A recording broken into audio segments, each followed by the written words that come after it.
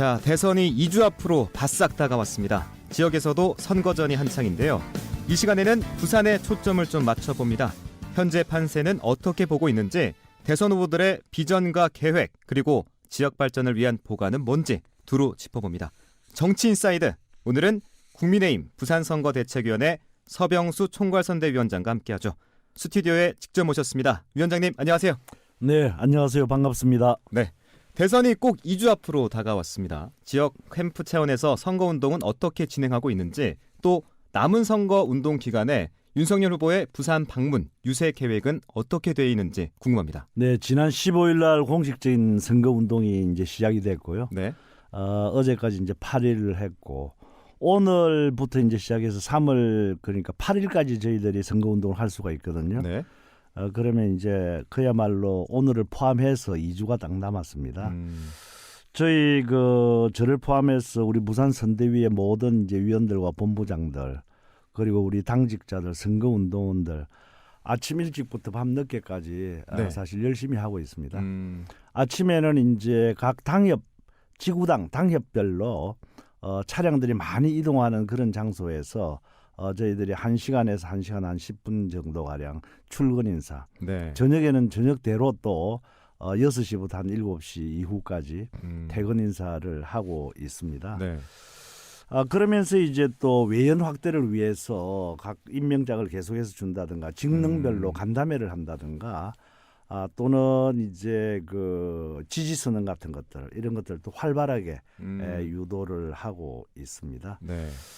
저희들 선거운동을 하는 데 있어서 우리 시민 여러분들께서 네. 우리 선거운동원들에게 좀 격려의 말씀도 좀 해주시고 현장에서는 그런 분위기가 있군요. 네. 좋습니다만은 좀 더 지지와 격려를 보내주시면 좋겠다는 말씀을 드리고요. 저희 이제 아무래도 이제 후보가 중요하지 않습니까? 그렇죠. 윤석열 후보가 전번에 첫날 공식적으로 시작하는 첫날 부산에 한번 와서 아파트 네. 뭐 이런 것도 먹이지 않았습니까? 네. 참 그런 것들도 부산 시민들로부터 반응이 좋았고요. 그래 자주 내려오셨으면 좋겠는데 네. 앞으로 이제 한 번 내지 두 번 정도 부산에 오지 않을까 싶고, 그렇죠. 저희 선대위 차원에서는 자주 좀 내려오시도록 건의를 드릴 그럴 계획으로 있습니다. 네. 윤석열, 이재명 두 후보 모두 부산에 공을 많이 들이고 있는데 네. 이번 선거에서 네. 부산이 갖는 의미는 뭘까요? 이 부산이라고 하는 데가 사실 과거에는 이제 전부 저희 국민의힘 지지자들이 많았지 않습니까? 그렇죠. 그래서 막 어지간한 후보를 내세워도 된다라고 하는 그런 이제 정치적인 분위기가 있었습니다만은 요즘 많이 달라졌지 않습니까? 그렇죠. 전번 2017년 대선에서 민주당의 문재인 대통령이 당선이 되고, 그다음에 2018년도 지방선거에서는 시장을 포함해서 대부분의 구청장들, 시의원들, 또 구의원들 모두 당선이 됐지 않습니까? 맞습니다. 싹쓸이를 한 거죠. 네. 그만큼 정치적인 분위기가 이제 과거에는 달라졌다. 그래서 후보를 좀 잘 내야만 할 네. 그런 어떤 상황. 그래서 지금도 이제 그런 분위기를 탔기 때문인지는 몰라도 지금 지지율 자체가 밖에 나가면 우리 이제 시민들께서 저희들 지지와 격려를 많이 해주십니다. 그래서 분위기가 고조되고 있는 것 같은데, 그런데 실제 여론조사를 해보면 네. 이게 들쭉날쭉합니다. 네. 그래서 아직 그런 것들이 고착화되어 있지 않다. 그래서 이런 것들을 안정화시키는 것이 우선 필요하다. 저희들은 한 70% 득표 목표를 가지고 있습니다만은 보통 이제 과거의 대선 때의 예를 보면 우리가 승리했을 때는 한 60%를 넘어야 됩니다. 네. 지금 이제 저희들이 한 50% 초중반대 이렇게 맞습니다. 형성하고 오늘 있고. 뉴스를 보니까 51%였던 것 같은데. 네. 뭐 그렇죠. 여론조사마다 다르고 저희들은 네, 또 네. 여의도 연구소 여론조사 결과 같은 것들을 매일매일 저 같은 경우에는 받아보고 있거든요. 네. 그리고 이제 그렇기 때문에 저희들은 어떻게 해서든지 부산에서는 60%는 넘겨야 되겠다. 그리고 또 민주당의 어떤 지지율 같은 것들은 30% 이하로 꽉 묶어놔야 되겠다. 이런 목표를 가지고 있습니다. 네. 사실 부산이라고 하는데 이제 대도시의 특성도 좀 가지고 있고요. 또 서울이라든가 경기도를 제외하고는 팔도의 사람들이 다 모여서 정말 배타적이지 않게 어울려서 잘 사는 그런 지역이기도 하지 않습니까? 그렇죠. 그러다가 보니까 아무래도 이제 그 딴 지역 지방하고는 조금 다른 그런 어떤 분위기가 있습니다. 네. 다만 이제 아까 말씀드렸던 대로 뭐 지방선거라든가 국정이라든가 이런 싹쓸이를 민주당에서 했기 때문에 또 한 것이 없지 않습니까? 부산 지역 분들도 상당히 민주당 정권에 대해서 지금 불만을 많이 가지고 있기 때문에 이번에는 반드시 정권 심판을 해야 되겠다. 네. 정권 교체를 해야 되겠다. 그런 분위기가 달아오르고 있는 것 같습니다. 네. 네, 그걸 저희들은 지지율로 반드시 연결시키도록 최선을 다하겠다는 말씀을 드립니다. 네. 네. 이번에는 어제 얘기로 좀 넘어가 볼게요. 네. 어제 안철수 후보가 부산을 찾았는데 위원장님께서 그 유세 현장에 나타나셨더라고요. 네, 네. 유세차에도 올라가셔서 연설도 하셨는데 단일화 관련해서 안철수 후보와 어떤 교감이 있는 게 아닌지 좀 궁금하고 또 뭔가 진행되는 것 같기도 한데 위원장님께서 보시는 흐름 어떻습니까? 네, 단일화 문제 굉장히 중요하다고 봅니다. 저희들 제가 알고 있기로는 우리 중앙당에서도 공식적인 것인지는 모르겠습니다만은 4~5개 채널을 가지고 그동안에 네. 단일화 교습을 해왔었고 했지 않습니까? 그러나 얼마 전에 또 안철수 후보가 단일화 결렬을 선언하고 사실 저희들은 조금 당황해 있는 그런 상황이기도 합니다. 그러나 우리 이제 시민들을 만나보면 네. 이번에 정권 교체를 위해서는 반드시 단일화가 필요하다. 그리고 또 단일화를 통해서 압도적으로 승리를 해야 된다. 그래야만 지금과 같은 이제 그 민주당 저 국회 의석이 180석 가까이 되지 않습니까? 그렇죠. 이런 상황에서 압도적인 지지를 받아야만 국정 운영을 제대로 할 수 있다. 이런 이제 염려들을 많이 하시고 계십니다. 네. 그래서 이제 저도 참 안타깝게 이렇게 네. 왜 단일화 이게 쉽게 되지 않느냐 네. 하는 그런 마음에서 어제 우리가 선대위와 선대본부장 회의도 있었거든요. 그래서 그 자리에서도 어떤 위원들이 네. 저도 그렇고 조경태 의원도 오선 의원이지 않습니까? 네. 그 자리에서 바로 직설적으로 왜 단일화 하지 않느냐. 그 오선 의원 부산에서라도 좀 적극적으로 좀 그런 데 개입을 해가지고 네. 좀 단일화 하는데 좀 성사시켜달라 이런 요구도 있었어요. 네. 마침 그러다가 보니까 이제 나와서 이야기를 하는데 그 중에 한 지인이 안철수 후보에게 전화를 하더라고요. 오. 즉석에서요. 즉석에서. 네. 그래서 전화를 이제 이야기를 하고 그래서 저도 안철수 후보를 모르는 건 아니니까 네. 뭐 학교에 큰 틀로 봐가지고는 선후배 관계도 있고 또 정치도 같이 했던 적도 있고 하기 때문에 좀 바꿔달라고 해서 이제 전화 통화를 하고 마침 이제 안철수 후보 어제 부산에 왔지 않습니까? 네. 그래서 제 지역구인 부천시장에서 그 유세를 할 계획으로 있더라고요. 분위기 그래서, 가보셨더니 분위기가 어떠셨어요? 네. 그래서 제가 그랬죠. 내가 가서 인사를 좀 드리고 싶은데 가도 되겠냐? 네네. 그럼 자기 뭐 흔쾌히 오라고 하고 그래서 이제 갔어요. 갔더니 이제 거기서 이제 조금 기다렸죠. 제가 한 30~40분 정도. 왜냐하면 대선 후보들은 바쁘지 않습니까? 위에서 지나오다가 보면 지지자들 뭐 악수하고 하다가 보면 시간도 걸리고 하니까. 네. 그러다가 보니까 이제 사회자가 저를 본 모양이에요.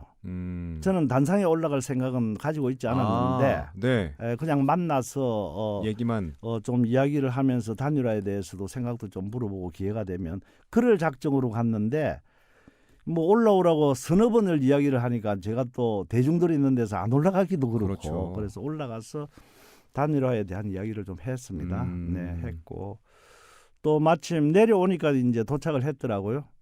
그래서 그때는 뭐 사람들 틈에 이제 둘러싸여 가지고 네. 그렇게 뭐 의미 있는 이야기는 나누지 못했고요. 안부 정도 묻고 또 부인이 옆에 있어서 소개도 좀 하고 인사도 좀 하고 부인이 이제 얼마 전에 또 코로나 때문에 고생을 했지 않습니까? 맞습니다.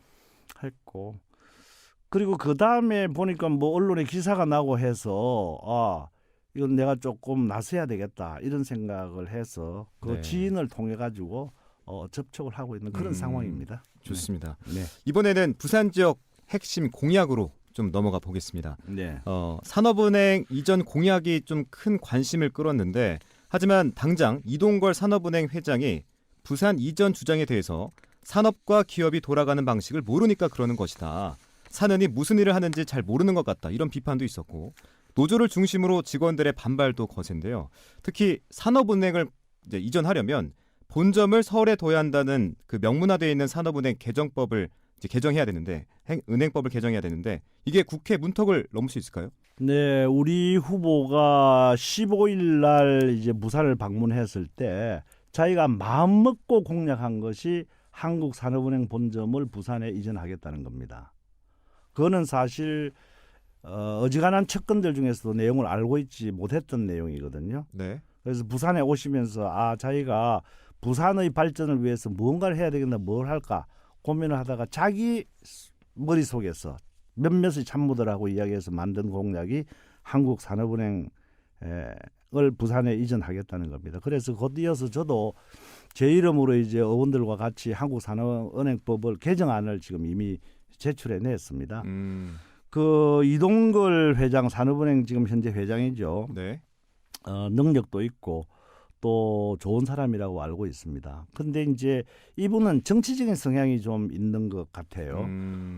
뭔가 하면 이제 지난 2020년 9월 22일에 이해찬 전 더불어민주당 대표의 출판 기념회에서 또 민주당 20년 집권에 동의하는 발언도 했었고 또 가자 20년 뭐 이런 건배사까지도 한 사람이거든요. 네. 그러니까 은행 그 회장이지만은 정치적으로 조금 편안된 분이 아닌가. 그래서 우리가 이제 이걸 내놓으니까 네. 반대적인 그런 말씀을 하시는 거 아닌가 이런 생각이 들고요.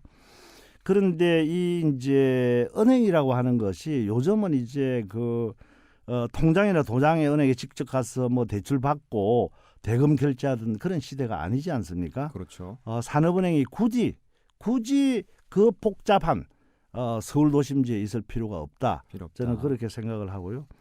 또 오히려 국토 균형 발전 차원에서 부산의 이전, 부산 산업은행의 부산 이전 반드시 필요하다라고 봅니다. 또 산업은행, 한국산업은행의 기능도 요즘 많이 바뀌었습니다. 과거에 네. 이제 한국산업은행이 우리나라 대기업을 육성 발전시켜서 수출에 공헌을 하고 또 우리나라 경제 성장에 상당히 공헌을 했지 않습니까? 네. 그러나 이제는 그런 기능이 바뀌어져 가지고 중소기업을 육성하는 쪽으로 바뀌어야 된다고 봅니다. 특히 우리 부산에는 해운사라든가 아니면은 조선기자재라든가 이런 중소기업들이 많지 않습니까? 네. 이 산업은행에서 그런 제조업들을 부울경에 포진해 있는 그런 업체들을 적극적으로 지원을 해줌으로 인해서 그 사람들을 중소기업을 중견기업을 또 대기업으로 만들므로 인해서 국가의 경제 성장에도 덕이 되고 일자리도 창출을 하고 또 국가 균형 발전이라고 하는 이런 차원에서 반드시 필요한 것이다. 물론 이제 이전을 하는 데는 여러 가지 저항이 있을 수가 있겠죠. 네. 그러나 그런 것들은 정치적으로 단호하게 어떤 설득을 해서 이전을 해야 될 것이고 우리 윤석열 후보가 그것을 공략했다는 것을 말씀을 드립니다. 묻고 싶은 질문이 진짜 많은데 네. 이번에 가덕 신공항 얘기로 좀 넘어가 보겠습니다. 네. 민주당 송영길 대표가 여기 이제 이 시간에 출연하셔서 네. 실제 가덕도 신공항에 대해서 국민의힘 의원들이 상당수 반대하고 있다. 울며 겨자 먹기로 하는 건지 진정성을 담기 어렵다 이런 말을 했거든요. 이거에 대해서 입장을 좀 밝혀주시죠. 제가 드리고 싶은 말씀을 송영길 대표가 했네요. 뭔가 하면요. 가덕 신공항 자체가 이제 지난 2002년에 네. 우리 김해 돛대산에 중국 민항기 추락 사고가 있었습니다. 그렇죠. 그때부터 이제 우리 여기에 24시간 안전한 공항이 필요하다라고 하는 그런 의견이 대두가 되어 가지고 그때부터 추진이 시작된 겁니다. 네. 이것은 어느 특정한 한두 사람에 의해 가지고 좀 정당에 의해서 만들어지는 그런 정책적인 공약이 아닙니다. 부산을 위해서는 반드시 필요한 겁니다. 이 송영길 대표가 이런 이제 이야기를 한다는 것은 전말을 호도한 것이다. 저는 그렇게 보거든요. 왜냐하면은 문재인 대통령 본인도 지난 2017년입니까 민주당 대선 경선 당시에 네. 가덕도 신공항 건설 지지 입장 이렇게 이제 묻기도 했었고 묻는 질문에 지금 와서 입지를 다시 옮기고자 하면 여러 가지 혼란이 있을 것이다. 이렇게 반대 입장을 분명히 하신 분입니다. 네. 그런데 그 이후에 입장이 바뀌어가지고 선거 때만 되면 생각나지 않습니까? 우리 저 민주당의 국회의원 현역 국회의원 5명만 이렇게 그 당선시켜 주신다면 가덕 신공항 반드시 자기 손으로 해내겠다라고 했는데 그 세월이 언제입니까? 네. 지금 이제 임기가 끝나가고 하려고 하는 이런 입장에서 한 발자국도 지금 진전을 못 하고 있거든요. 지금 예비 타당성 조사 문제만 하더라도 그 전에 하는 사전 타당성 조사를 지금 하고 있는 중입니다. 네. 그것도 지금 매듭짓지 못하고 있는 겁니다. 그러니까 민주당 송영길 대표가 한 이야기는 그대로 민주당에서 자기 스스로가 자백하는 자기들이 선거에만 이용을 하고 네. 실제로는 선거가 끝나고 나면 한 발자국도 움직이지 못하는 그런 행태를 보이고 있다. 이런 이제 민주당 이번에 반드시 우리 국민들께서 심판하리라고 봅니다. 네. 네. 사실 엑스포 관련 질문도 드려야 하는데 시간이 정말 아쉽습니다. 국회 엑스포 특위위원장도 맡고 계신데 다음 시간에 한 번 더 모셔서 이 부분에 대해서 한 번 더 얘기해 주시면 감사할 것 같습니다. 시간 내주셔서 감사하고요. 오늘은 여기까지 하도록 하겠습니다. 지금까지 서병수 총괄선거 대책위원장이었습니다. 위원장님 고맙습니다. 감사합니다.